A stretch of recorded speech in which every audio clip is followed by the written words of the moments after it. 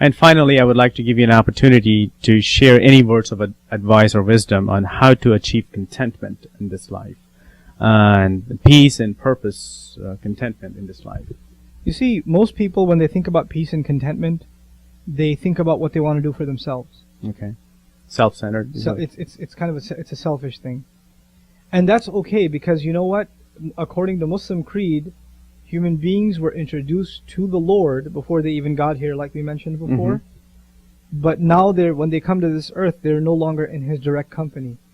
So there's this emptiness inside the human being, Okay. longing for that The amazing higher. company that the human being once enjoyed. Now, that emptiness, you can fill it with anything else, and it will just be depleted and it won't fill you. Okay. And the only thing that will fill you is when you realize that original covenant, you are master, I am slave, and I'm ready to serve. And I want to serve only you. If you turn to God, I'm not even saying Allah, you turn to God and you say to Him, I have decided to serve only you. Show me the truth. And I've decided I really want to be your slave. My innermost conscience, in the depths of my heart, I feel this was the purpose for which I was created, and I want to come to you and only to you, and I want to do no blasphemy towards you. I do not want to follow the word of man. I want to follow your word. Show me what you have to say. Show me how to be your slave. Okay. Because when someone says, I want to be your slave, this is really important now. When someone says to someone else, or for example, if I was a slave and I had a human master, how would you know if I was a slave? You wouldn't. That's a good point. The only way you would know that I'm a slave is if I was always doing what the master wants. But the only way for me to know what the master wants Master has to tell. is not telepathically. He's got to spell it out for me. If I'm a slave and the master never tells me what he wants, he never tells me what he wants, then guess what I'm going to act on? Yourself. My own will.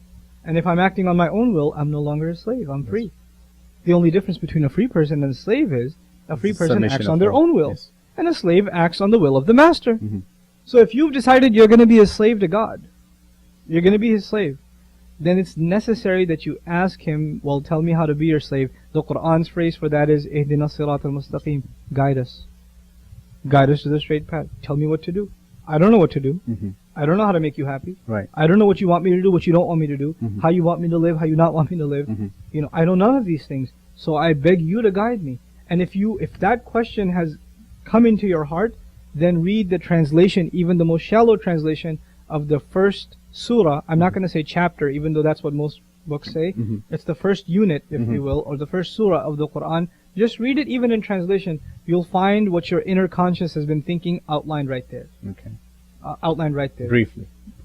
Comprehensively. Comprehensively. Even. Comprehensively. Okay.